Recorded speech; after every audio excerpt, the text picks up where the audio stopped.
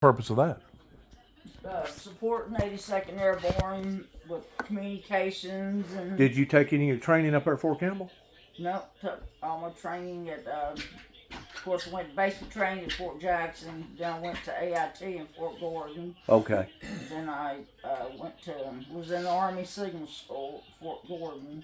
Then went to Fort Bragg. I got you. And you're telling me that you're a twin? Yeah. Y'all listed the same day at the same time? So y'all went in as what kind of a team? What do they call that? Buddy system. A buddy system. That is unusual, isn't it? Yeah, it was. It was. How many times has that ever occurred? No, but it was all contracted. Everywhere we went, we stayed together. We were guaranteed basic training, AIT, and first assignment. Then my twin ended up getting out, and I went ahead and stayed in. So. That was a very, very unusual agreement. You don't hear of that happening hardly ever. I have heard of it happening with two guys, twins. Yeah. I have heard of it happening in that aspect, yeah. Like during World War II or whatever, where they train together and work and be on combat together. Mm-hmm. But hardly two girls. Mm-hmm. No, that's 1,000,000 to 1 right there, buddy. Yeah. You just don't hear that, I know. especially twins. Yeah. that was probably that may have been the first. No, it wasn't the problem. Well, I don't know. But, Fort Bragg's been there many, many years, and the Army's been there many years, and I'm sure we wasn't the first, but. Maybe not the first, but I bet you there wasn't a bunch of them. No, there wasn't a bunch of them. So that's where you got your training and basically your insight towards knowing what I'm talking about. Oh, yeah. It's definitely something else whenever you get to rubbing shoulders with the big boys. Yeah. Like I said, I was laying in the hospital bed, Lourdes Hospital, looking at all them freaking missiles and all that stuff blowing up on Desert Storm. Oh, yeah. And I'm thinking to myself, you idiots, you have went to war with the wrong person. Because it was not the person that I originally had a conflict with, not only in 1983, whenever a miracle took place in my life, but in 1988, whenever I met him and his 12 disciples over in Martin, Tennessee, not once, not twice, but on 3 different occasions. And this individual that I'm talking about has supernatural powers that I didn't even know this until I come back this last time to Tennessee, that he created a nickname for himself up there in Martin. And the nickname he was called the Magic Man. And the reason why he was called the Magic Man is because he had supernatural powers. I'll be darned. Yep. Whenever somebody can take a 14-inch completely silver Bowie knife, yeah, and stick the end of it, the sharp end of it, on one of his index fingers, while the other index finger is on the top of the knife where the handle is. Yeah. And you sit there and you watch this knife spinning around and around and around. My goodness. Uh huh. Wow. You got to have something going on to be able to do that. You got big time supernatural power. You got to have something to do that. Absolutely. Where'd she go? Get my granddaughter. You want to? Get my granddaughter. She was at her friend's house. Oh, okay. But anyways, I bumped into him and his 12 disciples that I know that I'd heard about in the early 70s of this individual right there in Sidonia, right there beside the church that you was raised right there beside of, the Assembly of God Church. Whenever a woman stood to her feet, this was probably in 72, 73, just about the time that I turned my life over to Christ. I actually got saved in the First Baptist Church right down the road. The church that burnt. You remember when the church burnt? And then they built another church, and then the church split. And that's the reason why you got the church still there, the Baptist church still there in Cydonia, but you also got Victory Baptist Church. Those was two churches that at one time was one. The congregation split. Well, in the Assembly of God church that I was going to at the time, because I was, looking for a deeper meaning in religious aspects, a woman stood to her feet and she got to talking about how that these evangelists went to this faraway country and they heard of this individual that had these supernatural powers. At the time, he was just a young kid. And he could actually point his finger at a bird flying and say, die. And it would immediately fall from the ground and hit the ground and be dead. He had miraculous powers to the point that he took wood and debris and put it all in the middle of a field, dug a trench around the debris, filled the trench full of water. Hey, babe. How are you? Hey, this is my granddaughter, Leah. Leah? This entire weekend. No, didn't know, man. Who you know down Bree, my friend Bree. She lives in Danielle's old house. there? Oh, So Filled the trench full of water and stood back and done his little seance, and fire come down from heaven and consumed all the logs and all the debris that was in the middle of the field. There towards the last, these same missionaries no, this is my stuff. went with this individual to a village where a dead corpse had been laying for several days. Wow. And he went to the corpse and done his little seance, and the next thing you know, the dead corpse sits up, screaming and hollering, I'm in hell, please help me, I'm in hell. And the man would wave his hand, and the corpse lay back down dead again. Well, when it was all said and done with, a long story short, these missionaries got together and said, you know what? This man's got powers, but they're not powers of good, they're evil powers. Let's ask this individual if he's the Antichrist. So they walked up to him and asked him, sir, are you the Antichrist? And he said, nope, I'm not the Antichrist, but I am a follower of his. I met that man. all everything. I met that man and his disciples in 1988, and that's what stimulated me, laying in a hospital bed, looking at Desert Storm, of saying, you know what? Past couple days. Oh, This is going to be one of the biggest mistakes that America's ever made. I got to stop it. No, she lives out in, So I proceeded, about a month after that occurred, of going to Washington, D.C. and trying to basically open up a can of worms Yeah. and get my message out before the media. And Homeland Security found out about it, and whenever they did, they stopped me in Clarksville, Tennessee, which is once more a military town, Yeah. right there beside Fort Campbell. And they put me in a mental institution, and my wife come up there, my brother come up there, and then two agents come up there, and they told the agents they had to leave the guns out in the vehicle. They interviewed me, wanted to know if I had any means of wanting to go to Washington, D.C. towards wanting to harm their president. I said, no, I'm not going to Washington to harm the president. I explained to them what I was going to do towards going for the media. About 3 days later, my wife had to sign an affidavit, and I got out. I stayed in there for 3 days, long enough for them to examine me, so I got out. So we're still living at Troy, Tennessee, over here, where y'all are at right now. Over there in those apartments, like going back to Polk Station. And I woke up about 2 o'clock at night, and I snuck out of the house. And I got in her little Dodge Omni, Oh, Dodge on me. and I took off. But rather than me going towards Nashville to go to Washington, D.C., I tricked them.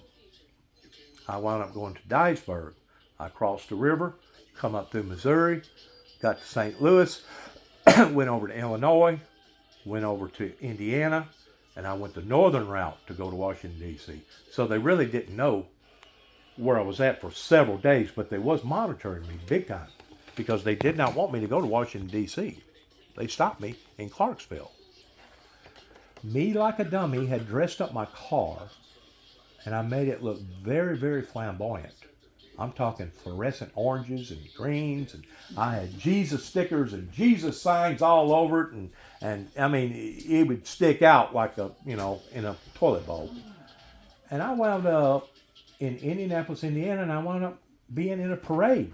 Actually, me in the parade, where you pull up and stop and let them throw candy to the children, pull up and stop. I don't know how in the world I wound up in this parade. But however that I wound up there, it flipped some switches. Because whenever I left that parade, got back on the main interstate, going back to Washington, D.C., going into West Virginia, whenever I was in Ohio, before you get to West Virginia, I had 2 state troopers pull me over. I went around my car several times. They looked at the car. They said, Mr. Jackson, we know all about you. We know where you're attempting to go. We know what you've been involved in. As they was handing me a warning ticket that they never signed, they said, if you got any sense, you'll turn this automobile around and go back to the state of Tennessee because you're not going to make it to Washington. I got my vehicle and I started thinking about it. I'm still driving east, going towards Washington, D.C., and I wound up pulling in a little town called Wheeling, West Virginia. Have you ever heard of Wheeling? If you go to Wheeling, you get that feeling? I wound up throwing a empty sword box off into a ravine. I got a hotel room that night, and about 2 o'clock at night, I had 2 secret agents knocking down my door in a hotel room because I wasn't going to open it voluntarily. Matter of fact, I took furniture and everything else and put it in front of the door. I had barricaded the door off. In the meantime, I'm talking to 911 dispatcher. I've got a mini cassette player going because I know how evil and corrupt that they are. So I'm documenting this conversation that I'm having with this 911 dispatcher, knowing that his call on the other end is also being documented. Anytime you call 911, it's being recorded, right? Right. I'm calling the 911 dispatcher, telling them to send some officers out there, and they're telling me there are some officers out there, Mr. Jackson. You need to open the door. I said, no, I need some real officers out here. They are real officers. Let them in. So anyway, by the time they busted down the door, they arrest me, and of course they take all the material, and now they assign me a public defender by the name of Miss Nugent. And I've been in jail for like 2 weeks, and I still have no idea what the charges was. Until about 2 days before the arraignment, I get a thick stack of paperwork about that thick from the United States federal government, stating the fact that they had stated, the 911 dispatcher stated that I had said that I was on my way to Washington, D.C. to take out George Walker H. Bush's life and being an assassin. And whenever I read that, I almost fell to my knees because I'm thinking to myself, my God, what are they willing to do next towards stopping biblical Bible prophecy? I had the arraignment. My wife, my brother was there. I said my piece. Well, my attorney said her piece for my sake, and she played that mini cassette tape player in front of the judge, in front of judge's court, open domain. The 911 dispatcher gets up there. He plays his 911 dispatcher tape that's recorded from their end, and it's identical. Identical. And my attorney asks him, where's the threat? There is no threat. Your tape is identical to Mr. Jackson's tape. Where's the threat at? Oh, Your Honor, it must have been a failure of It must have been a failure of equipment. That's all it took. From that moment. You for those 2 weeks in jail? From me sitting in jail for 2 weeks. From then on, the judge, this was all planned. This was all planned. This was all made up. From then on, the judge ordered a 45-day evaluation of this and a 45-day evaluation of that, and neither one of them was to be done consecutively. They had to be done inconsecutively of each other, which that automatically tied up at least 90 days of being evaluated by the psychiatric community. About 2 days later, 2 agents come out there and they got me And they don't never tell you nothing. They ain't gonna tell you ahead of time that they're gonna come at you. Because they're afraid if you do that, you'll call your buddies. And next thing you know, your buddies will be laying out waiting to ambush them and basically do an escape. So they ain't gonna let you know ahead of time what's on their mind. They come and get me. They take me to a private little airport right there in Windley, West Virginia.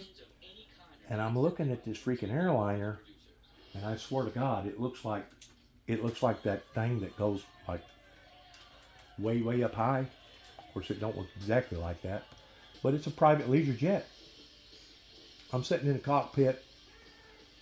There's 2 federal agents, a nurse, a pilot, a co-pilot, and me. They put me in a seat.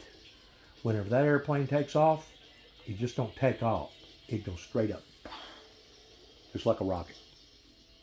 Whenever it leveled out, I'm looking through the little bitty window over here, and I'm seeing this town, and this village, and this farm, and this river, and this town, and I'm thinking to myself, we are hauling butt. And I asked the pilot, because the pilot was right there in front of me. Of course, I'm locked up. They got me handcuffed, my feet's all handcuffed. I asked the pilot, said, how fast are we going? He responded, oh, we're legal. We're below Mach 1. I go, Mach 1? You know what Mach 1 is? Like 727 miles an hour. We was doing right at 700 miles an hour. It took approximately a little over an hour to go from Wheeling, West Virginia to Butner, North Carolina, to where if you'd have driven it, it'd have been a 15-hour drive. You tell me that they wasn't in a hurry to get me in front of a board to be studied. Wow. I stayed there for almost 6 months. By the time the actual proceedings happened in Windley, West Virginia, the first arrest, even my attorney that was assigned to me, Nugent, she actually went down into that Levine, her and her compadre, and they drug out that sword box that was empty and took it to the courthouse. It was actually in the courthouse. The sword box was. That's a brand new one in there. Said it took them over an hour to drag it out of the bushes. Brand new one. So when it was all said and done with, I got to go home. Well, whenever I got to go home, needless to say, I calmed down. I basically had to play dead man's bluff. And I settled down. And I let Desert Storm do what Desert Storm was doing. And of course, they didn't get Solomon insane until years later, because he was smart enough to get away from them.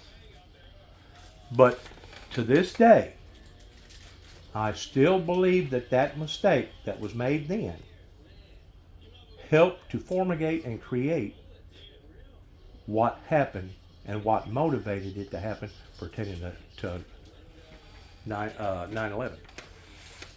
The attack with the Twin Towers. That's what done it. We pissed somebody off over in the Middle East, and somebody with a lot of money and somebody with a lot of smarts sat down and said, this is what we're going to do to them. We're going to get them back. To where if we would have never done that, pertaining to Desert Storm, and there's no doubt Saddam Hussein was a ruthless leader. Yeah. He was very ruthless. But you keep in mind, Saddam Hussein was dealing with a bunch of ruthless people.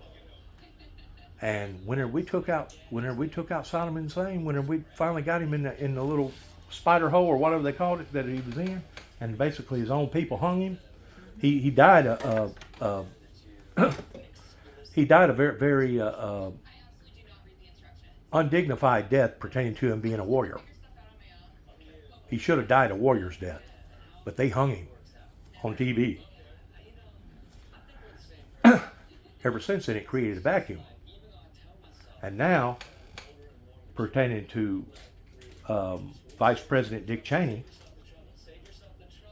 that we went over there to begin with was to take out the axis of evil and to bring stability to that region. It done just the very opposite. It brought instability to that whole region. And that whole region to this day ain't nothing but a powder keg. Just like Afghanistan, when we went to war with Afghanistan, Yeah. We went over there with good intentions towards going to reform a group of people.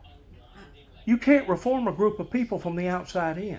The only way that you can truly reform anybody is that it takes a supernatural entity, which is the Holy Spirit, to work on that person from the inside before you're ever going to affect them on the outside. It's just like going to Alcohol Anonymous. You go to all the Alcohol Anonymous schools that you want to go to. You can go through the 12-step program all you want to. You can go to narcotic, Al-Anon. yeah, Al-Anon all you want to. But if that person hasn't really made up in their mind that they want to be reformed, you can't reform them. That's right. You can send them to every one of them programs day in, day out. And they're going to continue. Whenever they get out, they're going to continue to drink. They're going to continue to be an alcoholic. It takes something within to affect a person. And what did Jesus say? Jesus said to clean the inside of the cup, and then the outside of the cup would clean itself. He was explaining that to the Pharisees and the Philistines, basically the hypocrites, that was getting on to him by him washing his hands. Remember that in the scriptures? They was going to chastise him because he didn't wash his hands before he sat down and ate. And that's whenever he explained to them about the cup, that you clean the inside of the cup and then the outside to clean itself. Because they was going to ridicule him over him not washing his hands. Needless to say, Who is the Antichrist? first of all, the Antichrist itself pertaining to the Luciferian Lucifer has been on the planet since the beginning of time. Well, the Antichrist spirit has. The Antichrist spirit has been in existences ever since that entity defiled the kingdom of God and created war in heaven Yeah. and got kicked out of heaven. It's always been here Yeah. because it was the Antichrist spirit that basically worked into the existences of a snake that at one time did not roam around on his belly. It walked upright just like me and you. That was considered one of the most craftiest beasts on the planet. And it wasn't until Adam and Eve done what they done was whenever God cursed that snake and told that snake, from then on, you will roam around on your belly the rest of your days. So you know, the snake originally got around on his tail, and it was actually a very clever beast. So what entered into that snake was the Antichrist. Because it was the Antichrist that told Eve, oh, no, what God told you is a lie. Okay, that's Satan, but who's the person that's going to? What God told you was a lie, and if you eat of this fruit, it will make you as knowledgeable as a God. And of course, he went to the weaker source, which was the female, not being discretion against females, but then the female went to Adam and convinced Adam, oh, come on, Adam, let's do this. And whenever they both done it, that's whenever the big whammy come down. That's whenever God had to punish all of them. And that's basically whenever the Garden of Eden got lifted from earth. Because then Garden of Eden didn't exist pertaining to the tree of life. The tree of life is only mentioned twice in the Bible. It's mentioned in Genesis and it's mentioned in Revelations. Did you know that? The tree of life is only mentioned twice in the whole Bible. Every word in the Bible, the tree of life is only mentioned twice. Genesis and Revelations. And the tree of life, according to the way I understand it, is going to be that tree of life that's going to come back down during New Jerusalem whenever God sets back up his kingdom right here on planet Earth. Which I think we're right at the brink of seeing. I really do, because God's going to intervene whenever they go to killing one another over in the Middle East. God's going to intervene. I promise you that. He will intervene.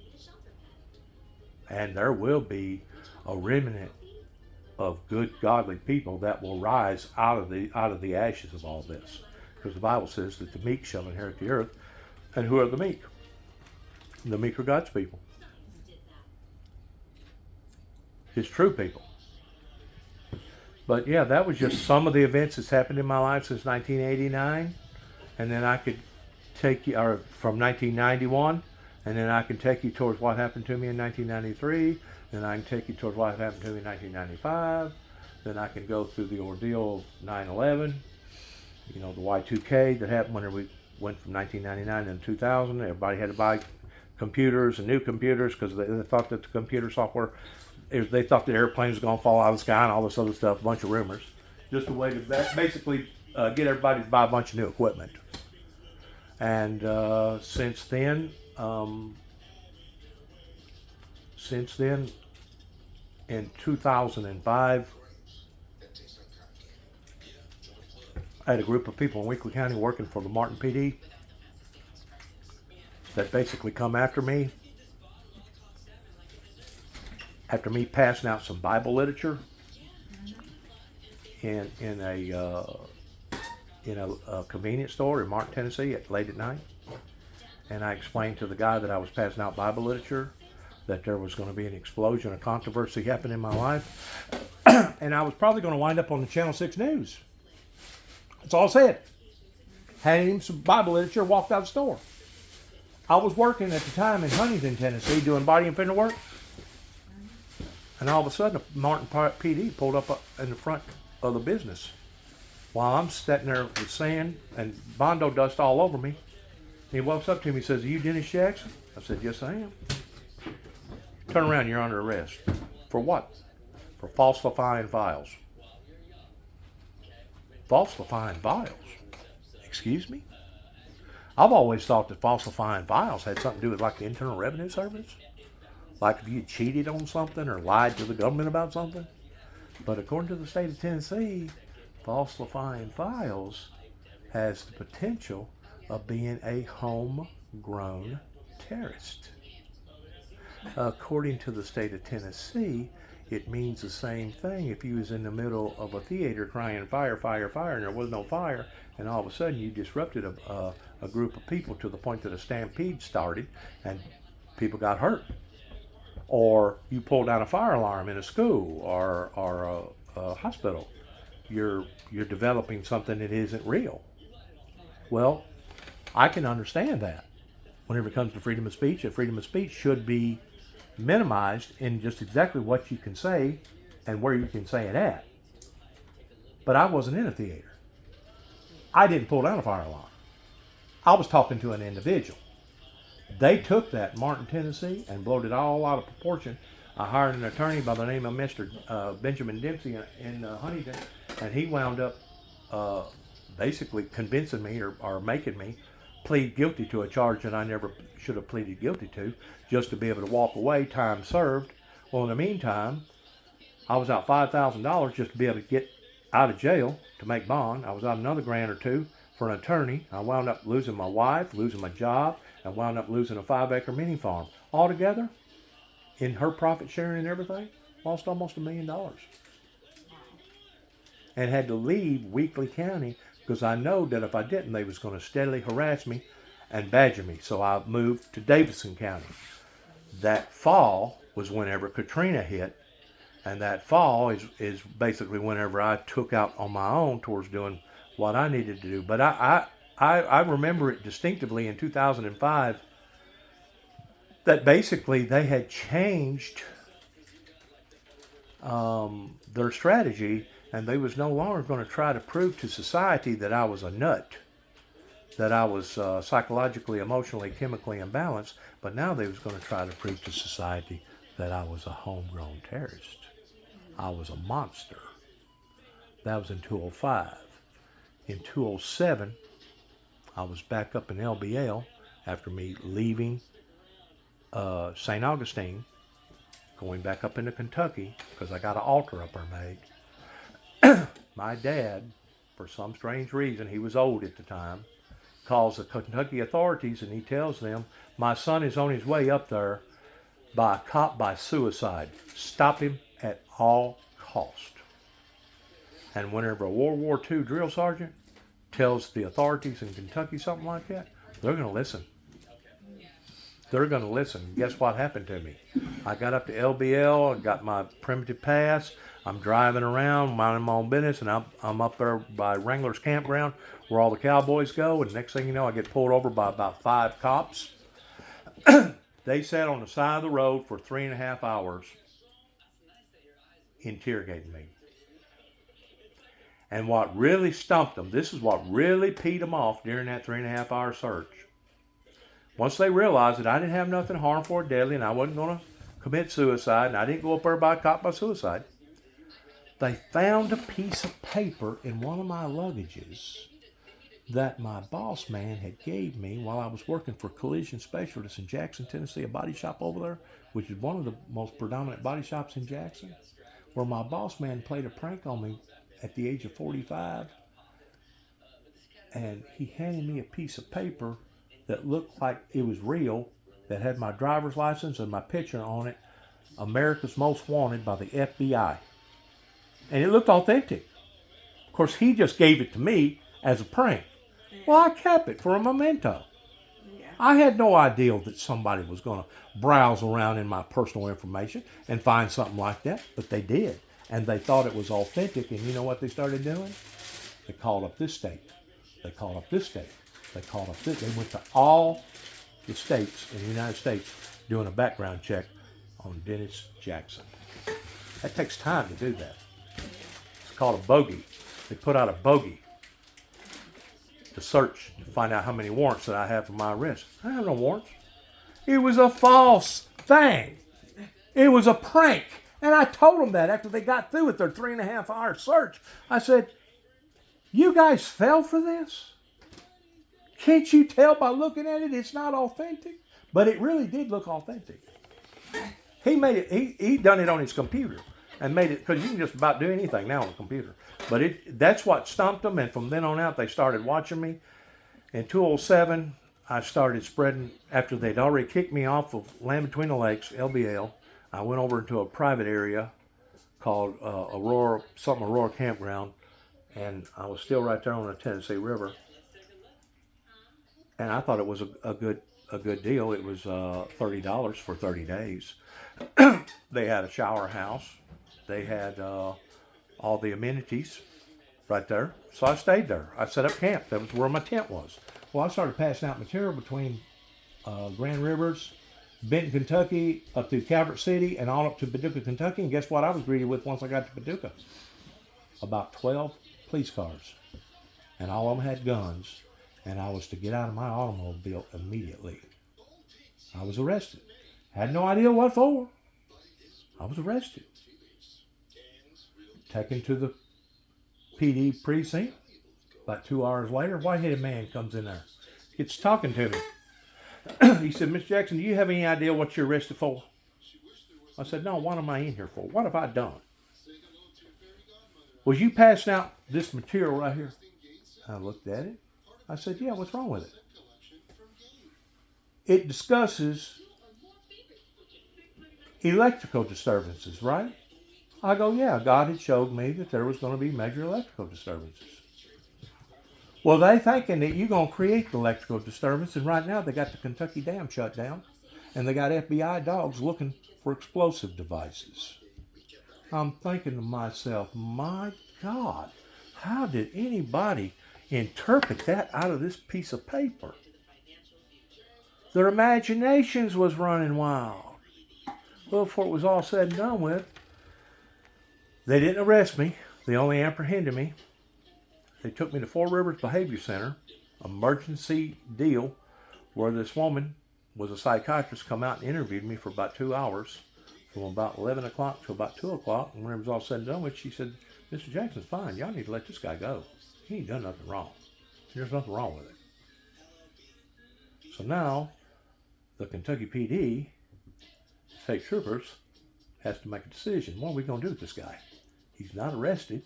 The doctors ain't holding him towards him being a nut job. Let's just take him back to Paducah and drop him off. And that's what they done. Well, by this time it's 4:30 in the morning. I ain't going to get a hotel room, so I go to the opposite side of the road over where a cemetery is, and I take the rest of my sleep on somebody's cemetery, being ate up by mosquitoes, because this is about the month of June, July. So I got to walk and start walking back to number 1 precinct, the state trooper office, which is between Mayfield, Kentucky, and Paducah, Kentucky. You probably passed by it 100 times going to Paducah. That's right there on the right. Yeah. They call it Post 1 right there. Because that was where they was holding my truck. Well, I got lucky. I pulled my finger out. A guy in a Cadillac was going to Goodyear at the time. Driving back and forth to Goodyear, he stopped and gave me a ride. So that helped me out about 10, 12 miles. Once I got there, I had to wait until anybody opened up the door. And then after I get in there, I get to talking to this dude. He goes, well, I ain't going to give you a truck. I go, why? I go, y'all falsely imprisoned me last night. You impounded my truck. There wasn't no orders by a doctor. You're telling me that you're not going to give me back my automobile? Well, come back in a couple hours. I'll give you a definite answer. So I did. I waited around a couple hours to come back. You know what he told me? Well, I got good news and bad news. What's the good news? Well, you can get your truck back. Okay. Let me have my truck. Let me have my keys. I got bad news. You got to come up with $176 for an impoundment fee. I go, oh my God. Y'all's the one that made the mistake, and now I'm having to be the one to pay for it. He was not going to give me my truck until I come up with that money. So I had to dish out almost $200. The sad thing about that ordeal was, less than 10 days later, I'm in that private campground down by Aurora, sitting right out by the Tennessee, right next to one of the Tennessee ravines. And there's probably not but 3 or 4 people there. It's a very, very low grade campground. It's very private. And I done put on my PJs, and I'm laying there in the tent, just about to sleep. And all of a sudden I look up, and my little red tent starts glowing. And the first thing I think of is Close Encounters of the Third Kind. Because I've never seen my tent glow that way before. You know what it was? Lights. It was LTDs and Crown Victorias. It was 2 Kentucky State Troopers. It was 2 deputies out of Murray, Kentucky.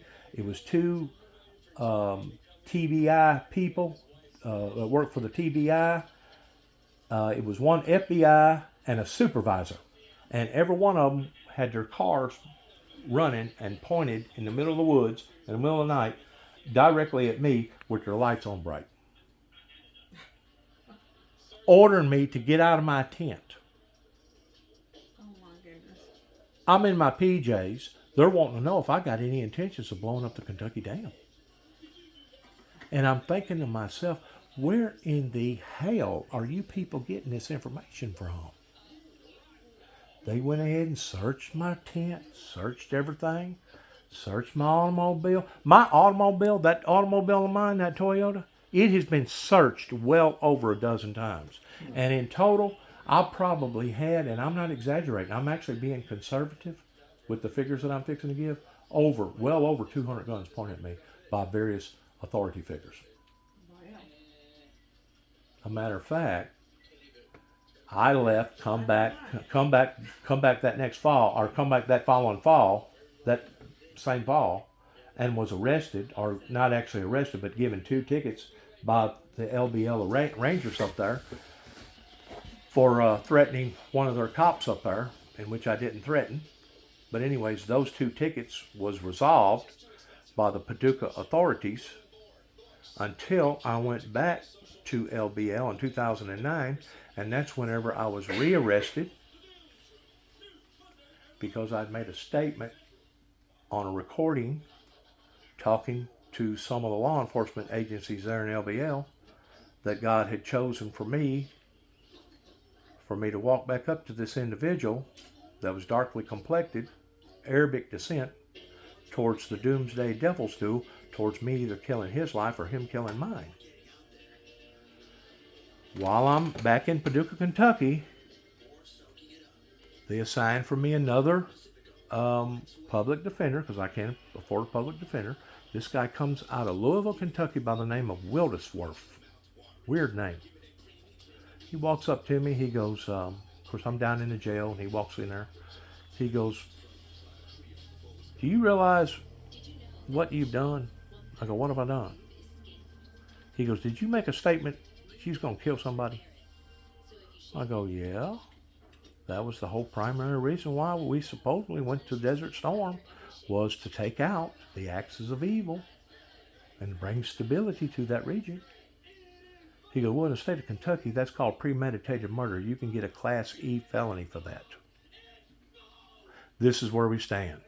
If you agree to do this evaluation, if you come back, everything's okay, we'll drop all the charges and you're good to go. I said, okay, give me the paper. I signed the paper. So I did. About a week later, they transport me to this place, and I go to this place, go to this place. Before it was all said and done with, they take me to Oklahoma. Come to find out, Oklahoma, pertaining to the federal system, is the headquarters of all branches that comes together in Oklahoma, and that's where they decide if you're going to go to this prison or this mental institution or this prison or this prison. Because at the time, even the judge himself had no earthly idea towards where I was going. You know where I wound up? Downtown MCC, Chicago. Down by the Loop, the exchange, the stock exchange down there. Down by Riverside. Wow. Yes. I done a 45-day evaluation and another 45-day evaluation. And they had to hustle me back to get me back in front of that judge before the 6-month period had passed, because they can hold you for 6 months Yeah. doing this.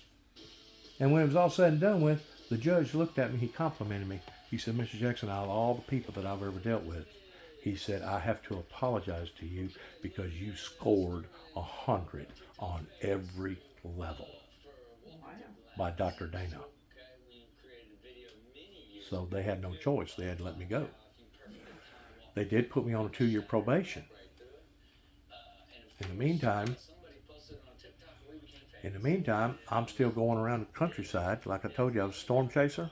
I'm not actually filming tornadoes, but I'm going wherever catastrophe is. By this time, I already go out west to Timbuktu, then come back to east, all the way to North Carolina one time, and then go back.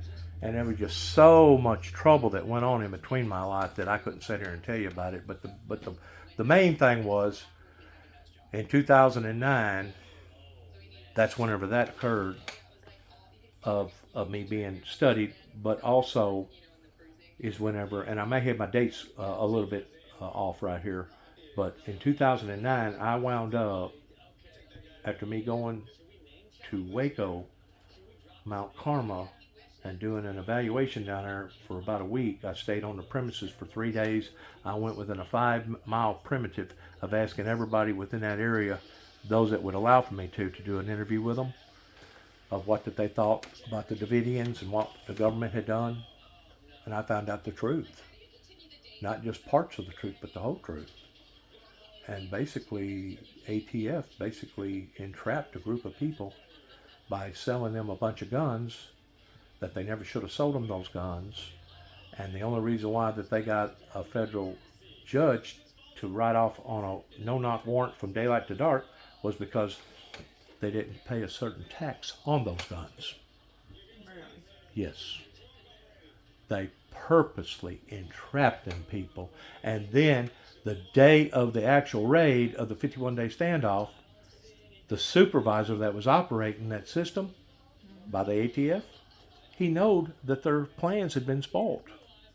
And under most circumstances, the element of surprise is the whole key. And once you realize that they're laying wait for you, he should have backed off and said, you know what, this ain't going to work.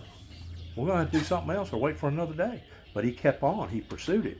That's whenever the 3 helicopters landed on the property, and that's whenever lead got to flying. That's whenever lead got to flying. Come to find out, FBI took over the case because ATF done made a big mess. Now FBI has got the Davidians for 51 days. You got the standoff where the guy's holding the Bible, talking about the 7 seals, talking about the 4 horsemen, the very thing that I was teaching on pertaining to the 4 horsemen that was in the back of my truck that I went to Washington, D.C. about.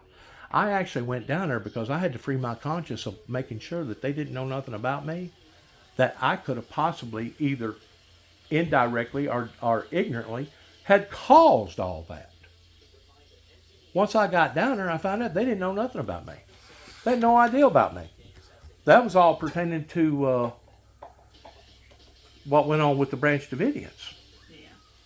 Went to Oklahoma, doing a survey down there. Hadn't been working down there but a couple weeks. Keep in mind, the Homeland Security was all over me.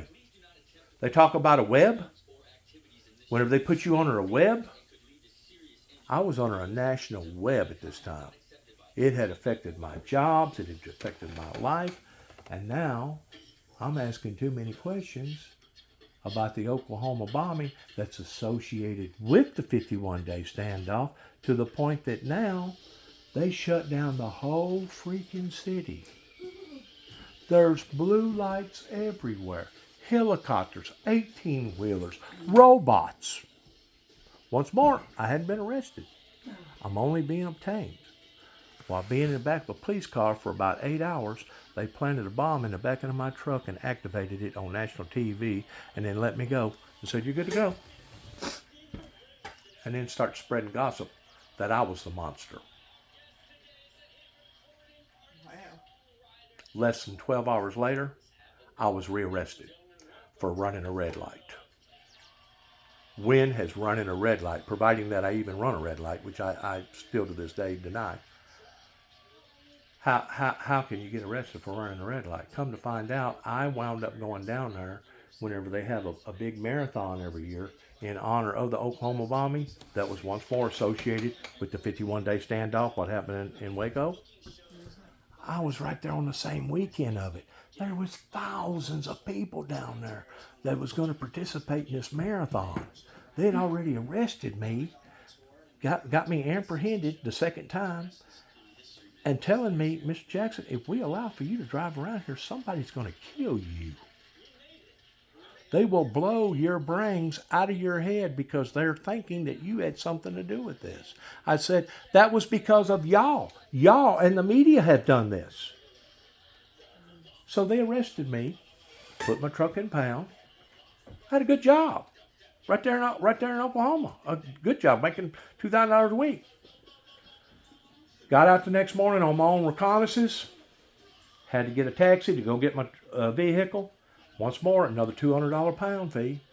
This time, somebody took a knife and stabbed a brand new Michelin tire on the back of my automobile before they left, because they'd already went through my truck piece for piece, looking at every piece of paper that I had in there. I'm surprised they didn't tear the door panels off. Probably didn't put them back on. Looking for anything, everything. So the next day, which was Monday, I get a telephone call from my boss telling him from his boss I'm supposed to go to headquarters. Whenever I get to headquarters, where my boss, because he had 3 body shops at the time, there was 2 FBI agents in there basically telling me that I no longer had a job, that I needed to seek employment elsewhere. Wow. Guess what? What I had done was on the money. Wow. It was a government cover-up.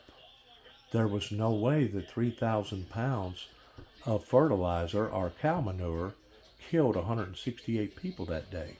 Since that occurrence happened in 2009, there has been a slew of documentaries have come out proving that my gut feeling was on the money. So basically, I went out west to make a name for myself, but I actually didn't go out west to make a name for myself. I went out west because I know that there was not the whole story being told to the public pertaining to what went on in Waco as well as what went on in Oklahoma City, Oklahoma.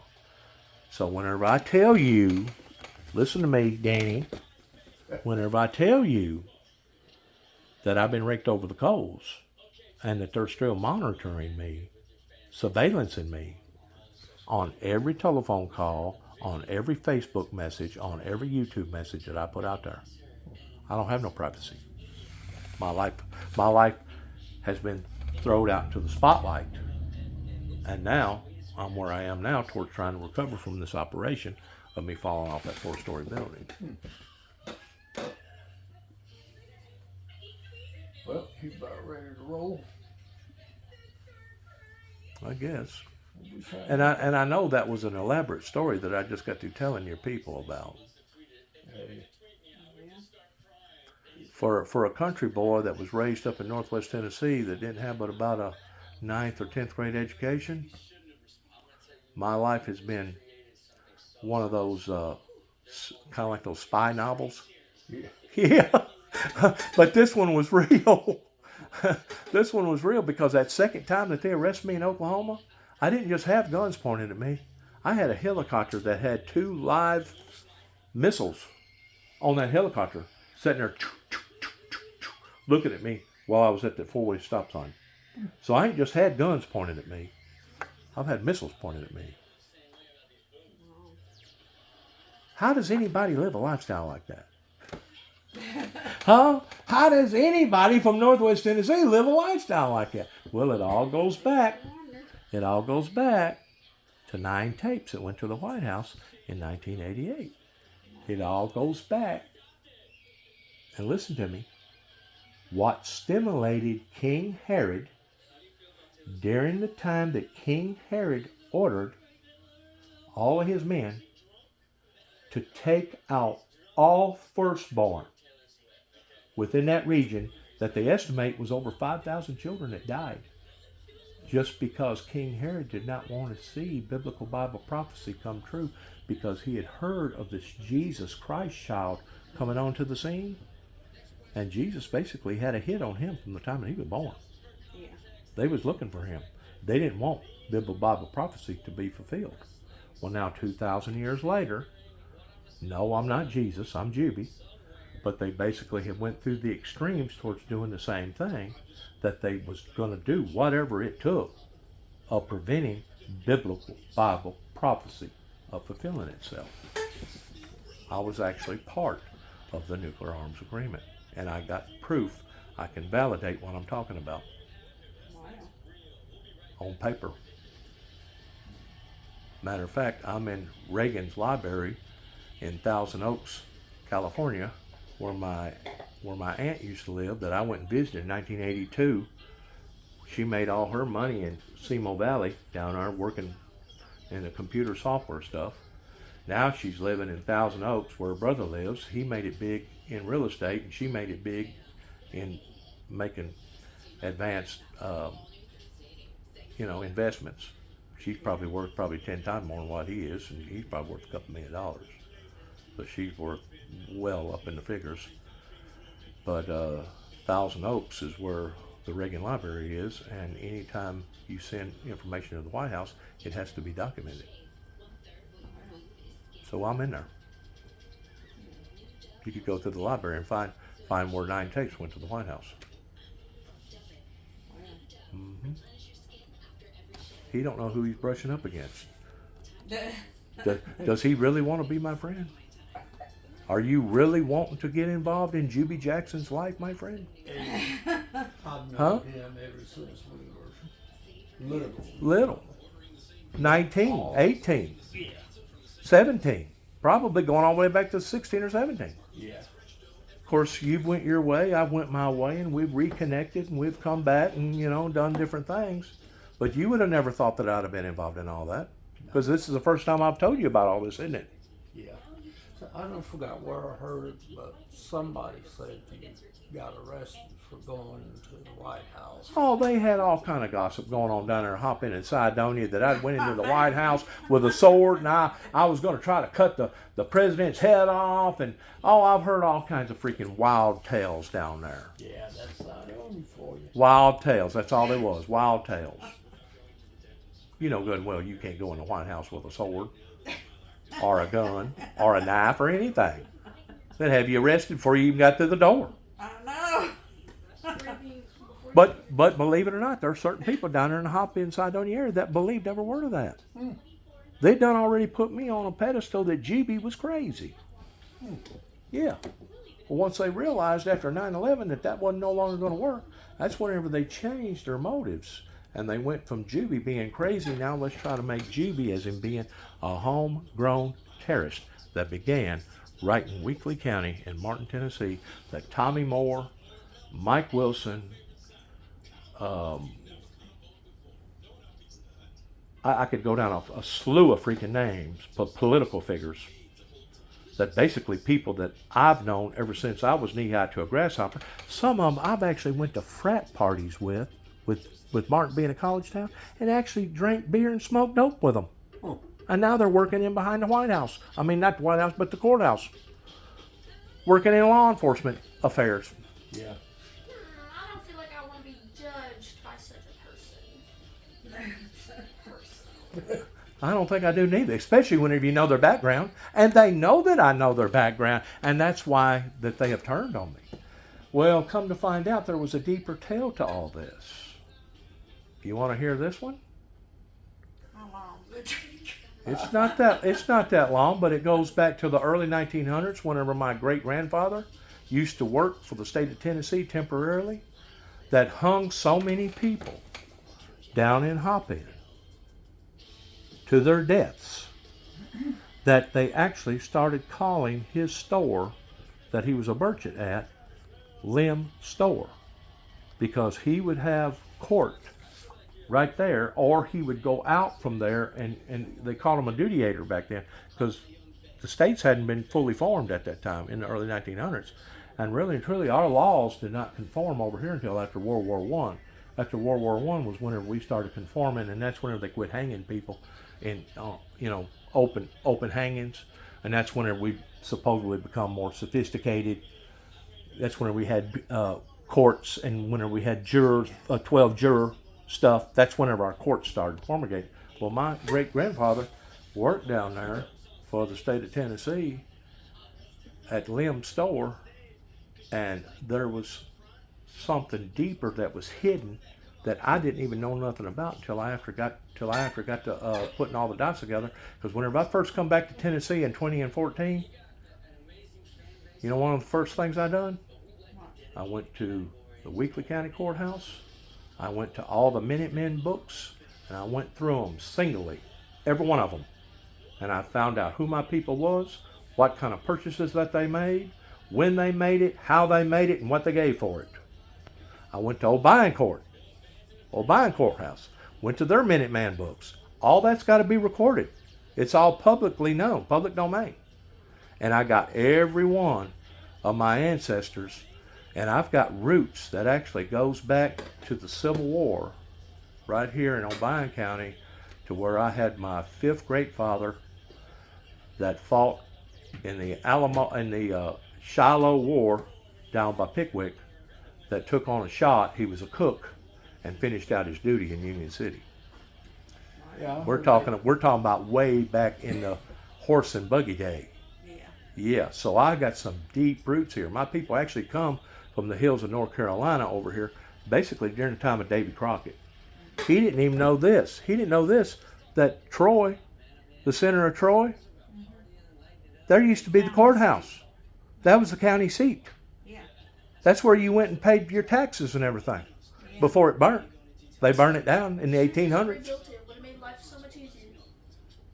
The men from Union City kind of stole all the documents. Stole the seal. Down. They stole the seal, but back then all that went on quite frequently in different places. Really? Oh yeah, oh yeah. That wasn't just one place that done that, and that's the reason why they started changing the courthouses. Instead of building them out of wood, they started building them out of masonite and concrete. You can't burn masonite and concrete. Davy Crockett is the one that Survey? surveyed the park there. Dave- Square and Davy Crockett also surveyed where Reelfoot Lake is now, before it was Reelfoot Lake, and then had to go back and resurvey it again after the earthquake. Yeah. Sure did. It's 18. Because everything had changed. I was telling him coming up through here, this is actually a ridge right here where all the ground bubbled up. It bubbled up right here, and also bubbled up over there where Yorkville is. From Yorkville all the way down towards Dyersburg, that whole ridge come up. Wow. Because as things went down, things went up. Yeah. It done that. And that's whenever it opened up a big hole, and that's where the Mississippi River started flowing backwards for 3 days and 3 nights. It was 1811. they said that it was so powerful that it rung bells in Boston. Yeah. it rung bells in Boston. So it was basically felt all over America whenever that earthquake hit. And the thing about it is, we're sitting right here on top of it right now, to where if it was to give in again, I think this time it'd be worse. And the reason why I think it'd be worse, which it may just be my line of thinking, I can't scientifically prove it, but whenever all these farmers started clearing all this ground where it used to be nothing but woodses and forest, now it's farming ground. You take them trees, you look at a tree at 70 foot tall, that means there's roots going down into the ground about 70 foot. But whenever you take out all that structure, of that root structure that's holding that ground together, have you ever seen it on TV where it looks like the ground is actually rolling, like that right there, of an earthquake? Yeah. Could you only imagine what a major earthquake would do now without the root structure being here? It'd be just like over there in that sand dune over there. Whenever they have big earthquakes over there, you just go rolling. And it'd be devastating. They claim it would devastate Memphis, all the way from Memphis, all the way to St. Louis, it'd be devastating. And we'd be right here in the middle of it. Yeah. I hope to God I'm dead, because I don't want to live here, because I know that our emergency management system, we would be some of the last people that the National Guard would come to. They would come to Memphis, they would come to St. Louis, they'd come to the bigger cities like Jackson and stuff. But your small little towns, you'd be on your own. Jimmy, what's gonna happen in the future here? With our politics right now, we're at the brink of collapse. We're at the brink of seeing something that we ain't never seen. We ain't never seen a president get convicted and go through what he just got through going through as of 48 hours ago. Yeah. That has never happened to a United States president. Wait, what happened? He got Trump was found guilty. found guilty on 34 counts. He's now considered a fellow criminal, A felon? a felon. Would I be wrong if I said I'd still vote him over Biden? Hey, believe it or not, it has caused such of a ripple on the news. He has, I don't forgot how many millions of dollars that he's already collected. Yeah. There's people coming out of the woodwork giving him money. Are giving him money for his campaign since I mean- he was found guilty. It was a sham. It was basically a farce. Yeah. Don't get me wrong. I believe the man had an affair. Oh, yeah. Oh yeah, there's no doubt he did. No doubt. No doubt he gave her hush money. But that's a grown-up thing. They can do whatever they want to do. Right. I mean, And that was we what, had one president that was defamed. doing it right there while he was president Right. Bill In the Oval Office. in the Oval Office. So, but yeah, we know. The this thing about it all is to the try to law get has him broken put their out. own law, because everything has a statute of limitations other than murder. In other words, if you murder somebody and they find out 60 years later and you're still living that you murdered that person, you're going to go to jail. There ain't no statute of limitation. And I the told Danny, I said we need to get a camper, if nothing else, have it. We need to bug out. How many different countries have people just had to up and leave their homes A lot. and go? millions. And this is Millions. way down.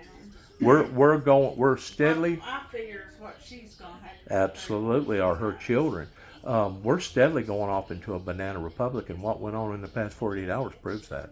Because basically they broke their own rules, because by law that occurrence took place 7 years ago. It's out of statute of limitations. I think America. They wasn't supposed to brought that up, because it's out of statute. I mean, do you realize what our court system would be like if you could go back for years and years back when somebody wronged somebody? Now I'm suddenly going to take them to court.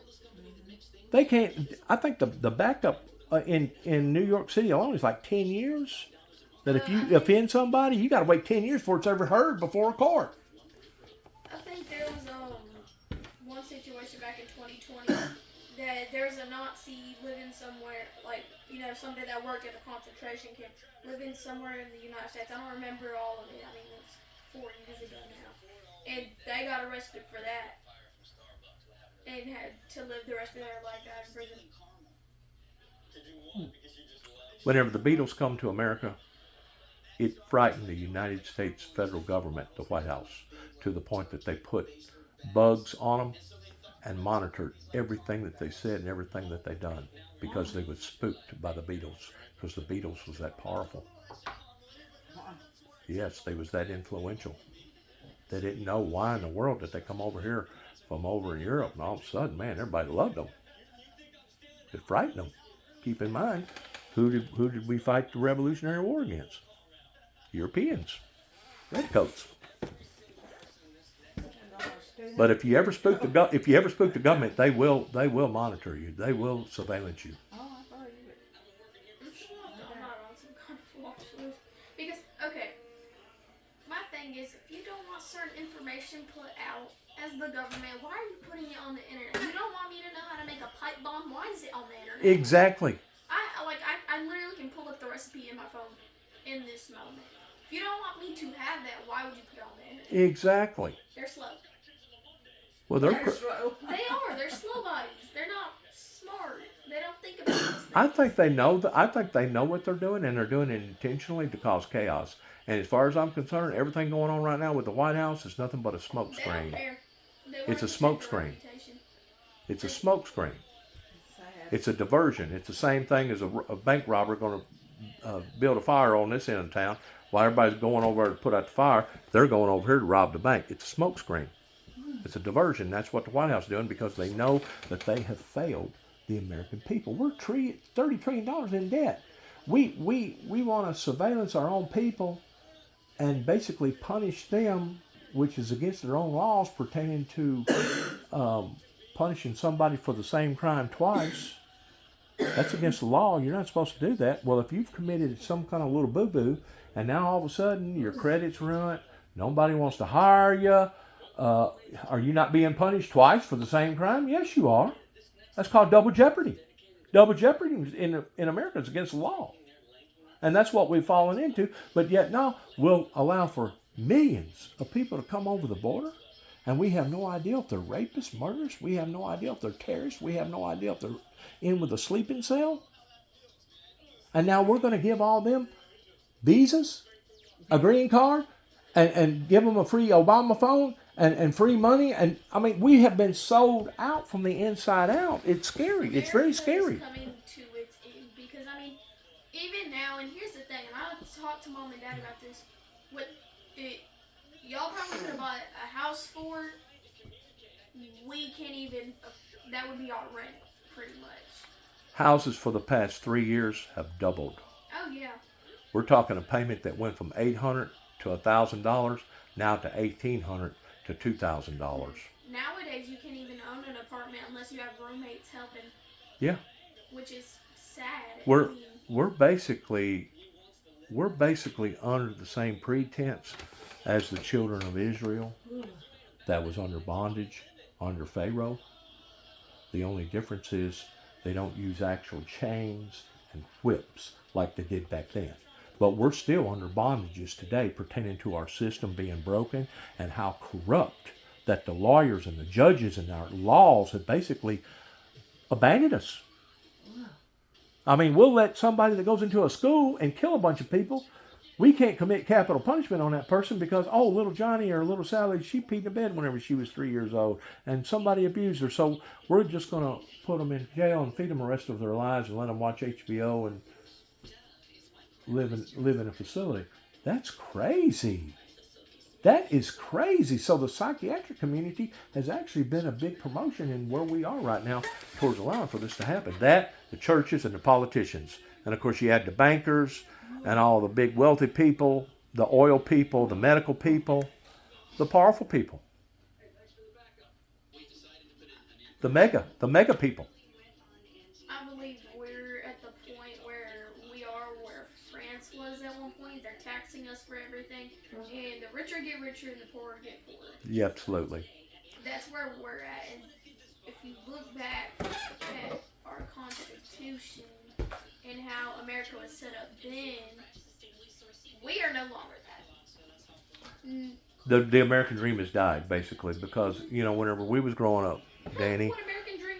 whenever we was growing up, if you was loyal to a company like Goodyear, and they was loyal to you and you was a good worker, you could pretty well bank on the fact that you was going to work the rest of your life until you got ready to retire. You was going to have your home paid for, your car paid for, and you was going to have a little nest egg set up, right? No more. Actually, they moved up the retirement age I know. 75. I know. You know why they done that? Because life expectancy has gone higher. That's right. And also the government don't want to fit the bill. You realize how many baby boomers right now are coming into existence towards them getting a free welfare check or Social Security or retirement check? It's unfathomable. And how many people right now are being out, the government being out money towards the government having to support. Well, these was the promises that you told. You told us that if we was to work and pay our taxes and we was to do this, at the end of our lifespan, we could draw a check without just starving to death. Well, now the government's $30 trillion in debt and getting deeper every day. We're in a year span, we're being out $5 trillion and only getting back $3 trillion. How long do you think we're going to be able to self-sustain by doing this? Not long at all. Did you know if you sold every piece of property in America, every car, every road, every hospital, everything, we wouldn't be worth but a little over $100 trillion. So we're heading out. If we're already 30 trillion, it's just a matter of time before this dynasty that our ancestors helped create is going to be over with. That's sad. All that dying wasn't worth it. That's sad. America's falling apart. That's sad. It went to the crooks. We got sold downstream. They gave the farm away. And yet, no, nobody's going to jail. All them politicians that made all those decisions for us, ain't nobody being accountable, and ain't nobody holding them accountable towards taking their money and putting them in jail. It's a farce. It's a travesty. It's a global, it's a national travesty that's happened to us. And I feel so sorry for people like her. I feel so sorry because I just had a granddaughter. She just turned a year old. Look what she's going to have to inherit. Oh, what makes it worse is that there's people that I'm not 100% sure. Somebody said that there's people in the Supreme Court that have been alive since before Antarctica was considered part of the United States. Yes. Like, I don't think they should be making decisions for our future, considering half of them don't know how to work this. They're out of touch with reality. And I love you, Paul, but Paul, I can't tell you how many times he's had to ask me for help on his phone. Oh, it's been Getting intimidating. in and out of Facebook. Hey, it's been intimidating for me for the past 7 years because I've had to basically go in and sharpen my tunes and relearn a lot of stuff that I didn't know. And it's been good in some ways because I have grown and matured toward my spelling and stuff like that. I still ain't a good speller, but at least I can read halfway, you know. But, I mean, it's advanced me in a lot of areas that I probably should have been advanced in, but at the same time, it's also been overwhelming at times because it's like, wow, your freaking brain's going to explode. My brain's going to explode. I think we just need younger people in the Supreme Court, you know, people that Absolutely. know more about the younger generation. More about what's real. Because how America is now All is them not though it's been. think that all the gays ought to be No, not all of them. No, charged. not all of them. And even then, that's not political. I mean, it can be if you make it, but Well, if you go after them the wrong way, they get you for a hate crime. So that's where I stand with religion, is that whenever I talk about stuff like that being opposing, I got to use the book and say, oh, according to the King James Version Bible, it's not supposed to go this way. It's not supposed to be and they don't man want on man and women on women. and And they don't want to do it. So you just gotta. I'm not gonna support you. I'm still gonna love you. I mean, you're still. God still loves you. He doesn't like what you're doing, but I don't support it. But I'm gonna love you anyway, because you're still a person. that's right. He's still a person. And my whole thing is apparently they're getting their right to marry one another taken away, and I'm like, yes, that's wrong, because they're also. America's supposed to be free religion, free this, you know, you're a free person, but if you're a free person, why are you taking certain rights away?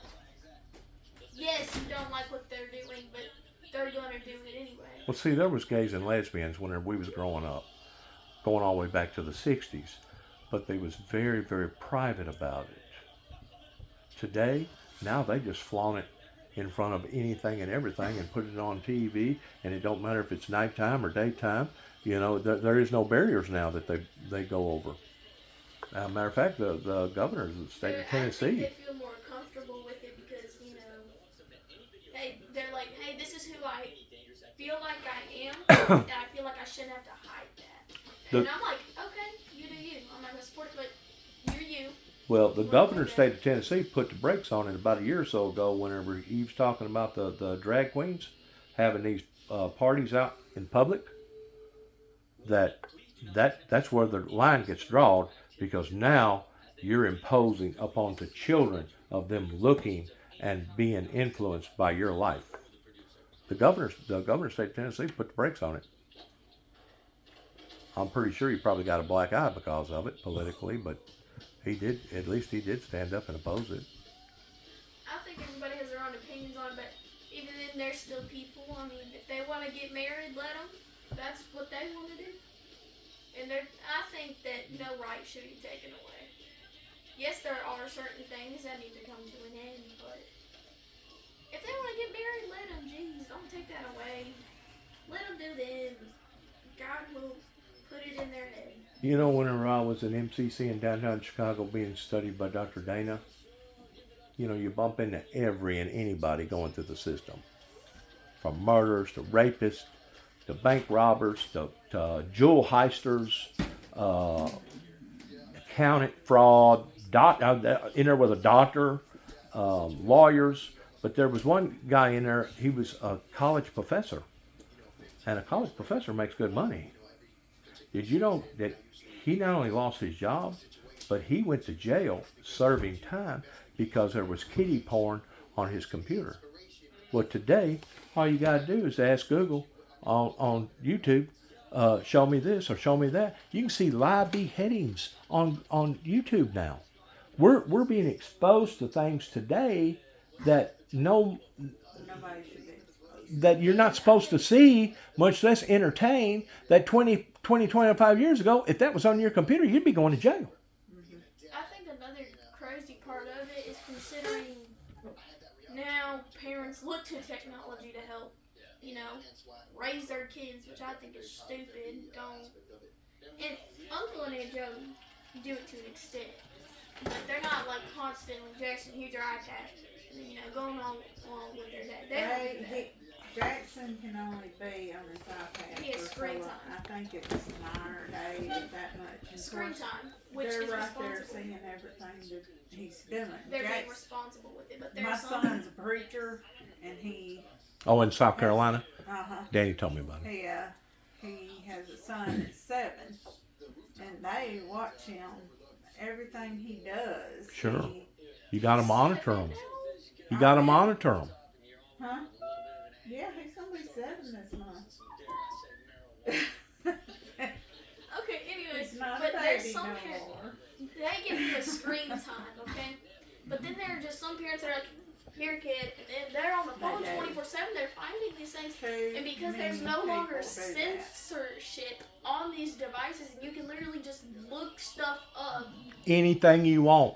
These kids If you are got a being exposed question, to all hey, if you that. got a question, you can go to 5 different colleges all over the planet and get different answers out of the same question.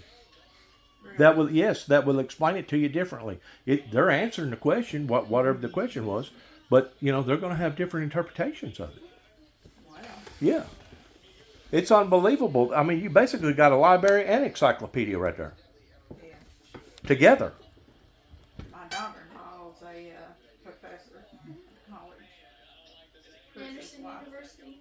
See, what they don't realize, the youth, is this come about. There was an ideal, even back in the 70s, about artificial intelligence. We've actually been dealing with artificial intelligence for now over 70 years.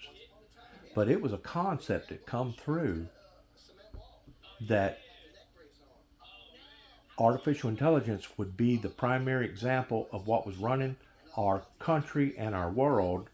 The only problem was they was having problems in designing it properly to where an insurance company didn't find out that you had hereditary past tense about heart attacks or whatever. And the next thing you know, they'll judge you off of your background, and next thing they won't insure you. Or if they do insure you, you have to pay twice as much as somebody that don't have those characteristics. Yeah. So there was already talk back in the 70s about privacy issues of where we are right now. Just like there was talk probably 20 years ago about bringing Canada and Mexico and America all on one, basically, alliance. That's the reason why they're building this freaking super highway right now. That's going from Mexico to Canada, is because we're all three of us is going to become one. This has already been planned out. The people wasn't listening whenever the planners was planning this, pertaining to the New World Order. A matter of fact, it was old Bush, Mr. Bush H. Sr., that got up on national TV and said, well, the New World Order has begun. I think nobody's really paying attention to what's happening anymore because they're shoving these in our face and entertaining us. Part of it. And part of it, they realize that they can't do nothing about it anyway, so why speak up against it? And why even think about it? Why even entertain the idea on your What's head? the point if our opinion Right. doesn't matter? Even Right. though we are the people of the United States, we can't do anything, so what's the point? My analogy is, I don't want to be held accountable one day whenever my granddaughter, or possibly her children, or even her children's children, provided the world lasts that long, is going to come pulling on my coattail while I'm up in heaven, or being judged by God, saying, Papaw, how come you didn't speak out? Papaw, how come you didn't try to stop all this stuff that was going on? Because we're going to be held accountable. And those before us, pertaining to the baby boomers and the adults, they're going to be held accountable too. As my grandmother used to always tell us boys, that every pot has to sit on its own bottom. And it does. In other words, every person is going to be held accountable for what we do and what we don't do. And that's a scary thought, isn't it? That's a scary thought, to think that one day somebody's going to be pulling on your coattail, asking you, how come you didn't speak out? You had the equipment. You had the ability. You could have said what was on your mind, but you didn't. Going back to the ideal of people now just want to base out of sight, out of mind, don't say nothing, don't want to get involved. Because every time they get hushed, Yeah, they get shunned. on social media, They get shunned. recorded, and the video gets taken down. That's like me around in this area. I'm treated as an outcast. Why? Because they know how I think. They know what I believe. I've been pumping the material out now for 30-something years. Why wouldn't they know? They know. Well, good meeting y'all. Good meeting you. Hope everything works out for the rest of us. Good luck to all of us, right? Right. I wish I had the gift to gab like that. I do, man. Just say your piece, man. Whatever's on your mind, say it. Yeah.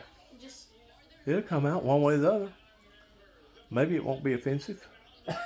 Ain't nobody gonna know what you're thinking if you don't say it. That's just like asking.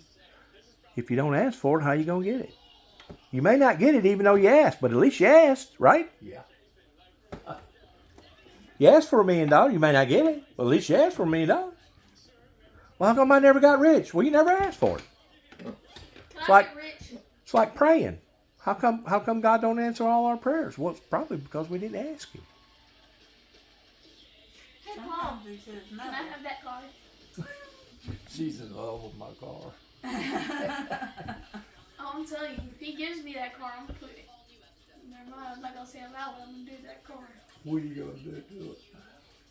I might have to put a supercharger in or a turbo. Maybe. That car right now probably almost do 200 miles an hour. Hey, nothing wrong going a little And faster. the only reason why that it wouldn't is because it has a special chip in it. But you could go to Amazon.com and order a chip for about $300 and remove that chip, and that car would do over 200 miles an hour. That's what I was going I guarantee you that car would meet the criteria of a race car. It sure would. If you wanted to boost it up a little bit, I need to get insurance on him right away. So. modify it. Just modify it.